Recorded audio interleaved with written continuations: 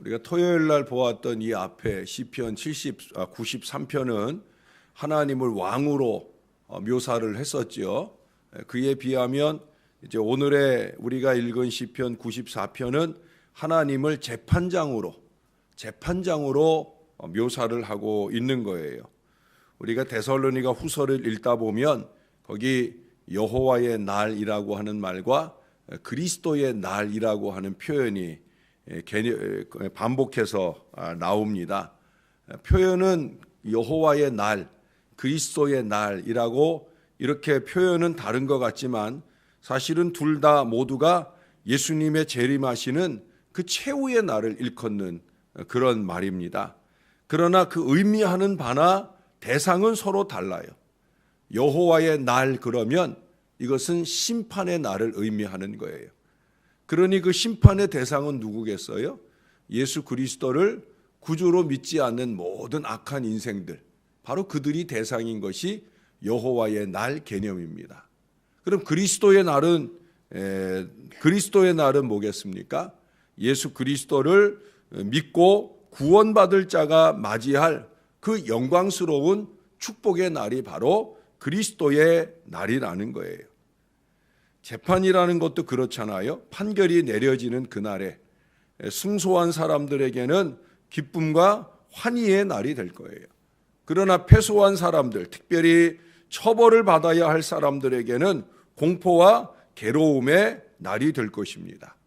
이 시는 바로 그 여호와의 날, 그리스도의 날의 그 재판정을 연상하게 하는 그런 내용들을 쭉 담고 있어요. 즉 이 시를 읽으면 마치 재판정에 가 있는 느낌이에요. 아까 제가 읽기 전에 통쾌한 마음이 들도록 읽으시는, 두렵고 떨리는 마음이 아니라 통쾌한 마음으로 읽으시는 여러분들이 되기를 바란다 했는데, 우린 정말 그렇게 이 땅의 생애를 살아야 되고 또 우리의 마지막도 그렇게 맞아야 될 것입니다. 여러분, 재판정의 제일 앞자리인 재판장 자리에 바로 우리 하나님께서 앉아 계십니다. 그분은 2절의 말씀처럼 세계를 판단하시는 분이시기에 사람들이 정의나 뇌물에 이끌려서 실수 또는 고의적으로 올바른 판단을 하지 못하는 것과는 달리 언제나 공의로운 판단을 통해 교만한 악인들에게 상당한 형벌로 복수해 주시는 그런 하나님이시다. 1절에 섬찟한 표현을 2번이나 하셔요. 복수하시는 하나님이요, 복수하시는 하나님이요, 빛을 비추어 주소서. 어둠 가운데 악행을 자행하는, 쑥덕쑥덕하면서 온갖 악을 만들어내는 그들을 향해 하나님 복수해 주세요, 복수해 주세요, 그렇게 말하고 있어요.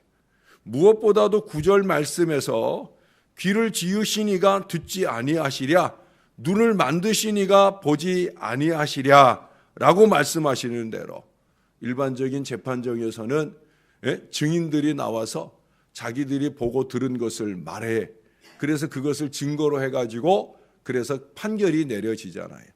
하나님은 아니시라는 거예요. 하나님은 직접 사건 자체를 보고 들으신 분이기 때문에 그 누구보다도 완전한 판결을 하실 것이다 라는 사실을 우리들에게 보여주고 있다는 거예요. 우리가 사람의 눈은 가릴 수 있죠. 사람의 귀는 막을 수 있을 거예요. 그러나 하나님의 눈은 누구도 막지 못해요. 하나님의 귀는 누구도 막지 못해요. 다 보고 계시고 다 듣고 계셔요. 그렇다고 하면 상당한 형벌을 받을 피고는 도대체 누구일까? 한마디로 얘기하면 교만한 악인이 되겠죠. 그들은 4절부터 7절까지에 보니까 마구 짓거리며 오만하게 떠들며 죄악을 행하는 자들이 다 자만하나이다. 그들이 주의 백성을 짓밟으며 주의 소유를 곤고하게 하며 과부와 나그네를 죽이며 고아들을 살해하며 말하기를 여호와가 보지 못하며 야곱의 하나님이 알아차리지 못하리라 하나이다. 7절을 말로만 그렇게 하는 게 아니라 행동을 그렇게 한다는 거예요. 하나님이 안 볼 것처럼, 하나님이 못 들으실 것처럼 그렇게 말하고 행동한다 하는 거예요. 그 뒤로 보면은 20절 이하에도 보면 율례를 빙자하고 재난을 꾸미는 악한 재판장이 어찌 주와 어울리리까? 그들이 모여 의인의 영혼을 치려하며 무죄한 자를 정죄하여 피를 흘리려 하나. 이게 악인들의 모습이에요. 악인들의 도모입니다. 이 본문들 속에 그들의 용서받지 못할 모든 죄악의 내용들이 다라고는 못해도 나타나고 있습니다. 오늘 시인은 원고의 입장에서 이런 재판을 하나님께 호소하고 있습니다. 이 시인의 마음에 우리들의 삶이 있어요. 3절에 말씀하는 것처럼 악인이 일시적인 개가를 부르는 순간이 있을 수 있는 그런 현실 속에서 18절이나 19절에서처럼 나의 발이 미끄러진다라고 말해야 할 순간, 내 속에 근심 걱정이 많은 때를 수없이 경험할 수 있어요. 너무 생각이 많아서 잠 못 이루는 밤을 맞이할 수도 있다라고 하는 거예요. 그런데 여러분, 우리가 계단이나 언덕길에서 이렇게 미끄러져 넘어지는 순간에 그냥 어이쿠 하면 끝나지, 여기 말하는 것처럼 나의 발이 미끄러진다라고 말하고 넘어지는 사람 있습니까? 우리가 충청도 사람 놀릴 때 그러잖아요. 아버지 돌 굴러와요. 그럼 벌써 아버지 돌아가셨지요. 예? 그런 것처럼 내가 넘어질 때 미끄러져 넘어지면서 나 미끄러진다 그러면서 슬로우 모션으로 넘어지는 사람 아무도 없을 거예요. 그냥 탁 미끄러지는 순간에 어이쿠 하면서 그 어려움에 직면하게 돼요.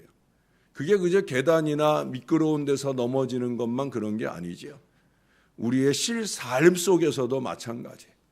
아주 잠깐 순간에 미끄러집니다.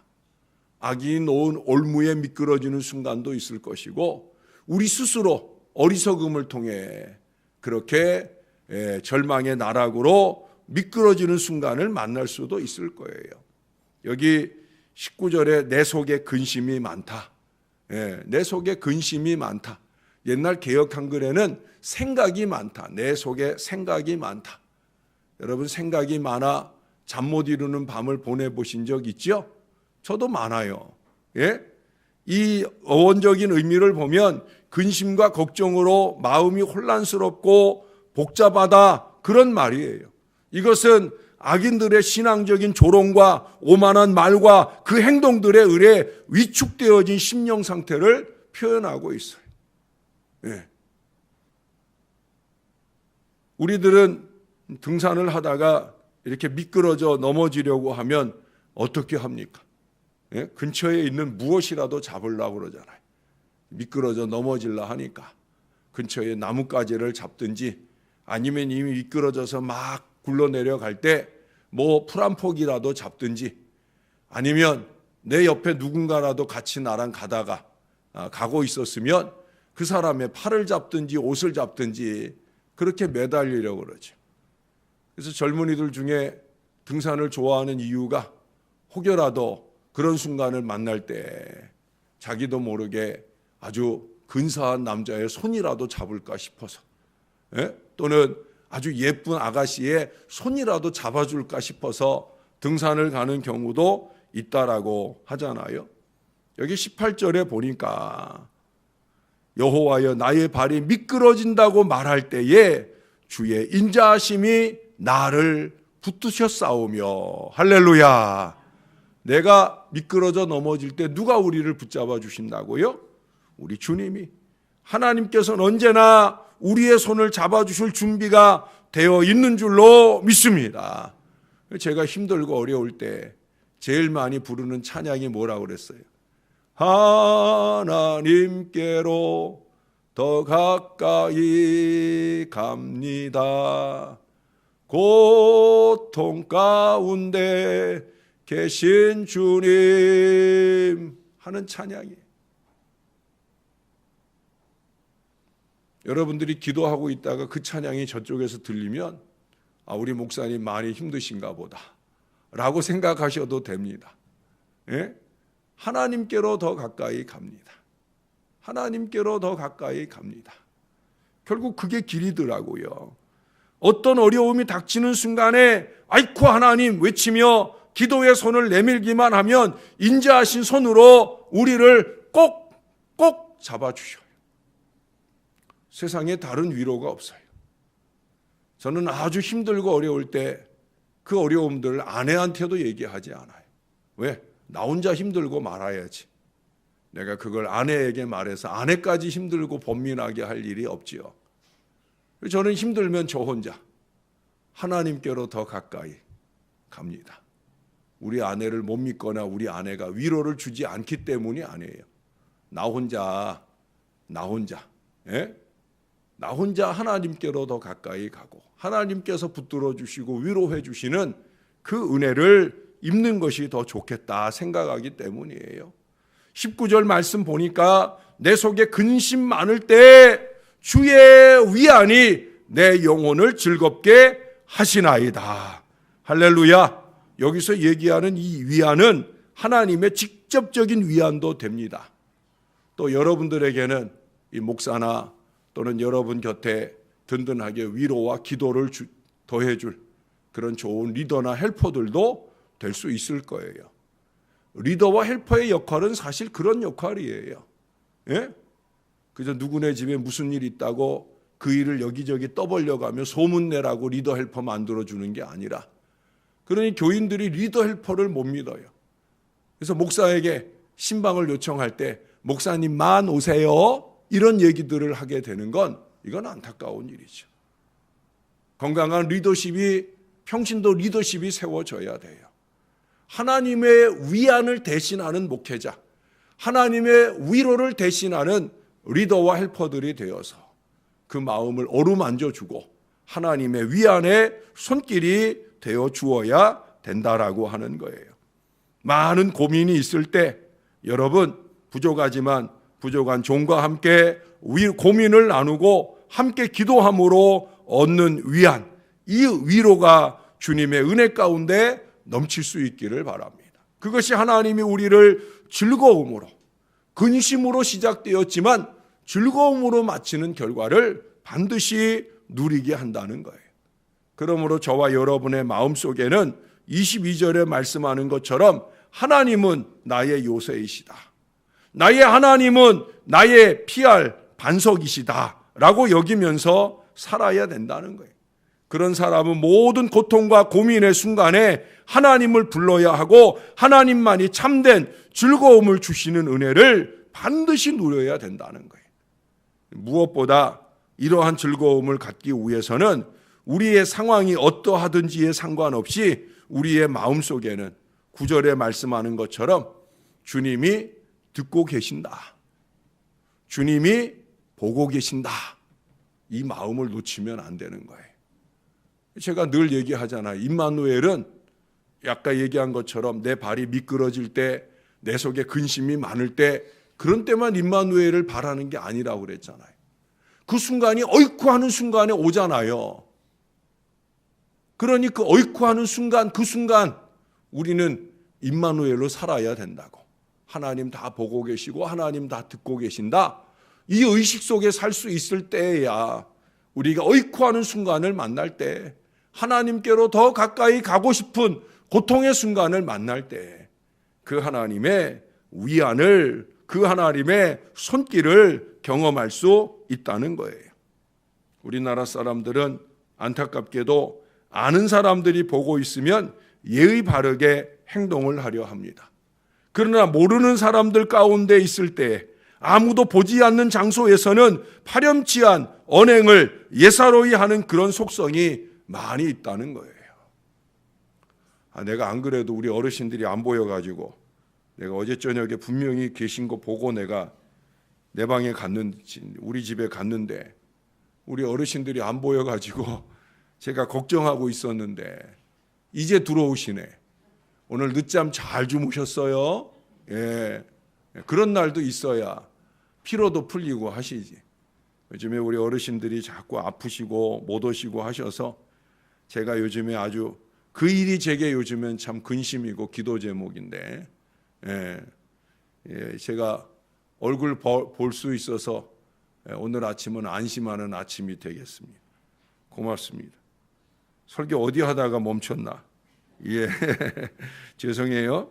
예, 한국 사람들은 그런 속성이 있다는 거예요.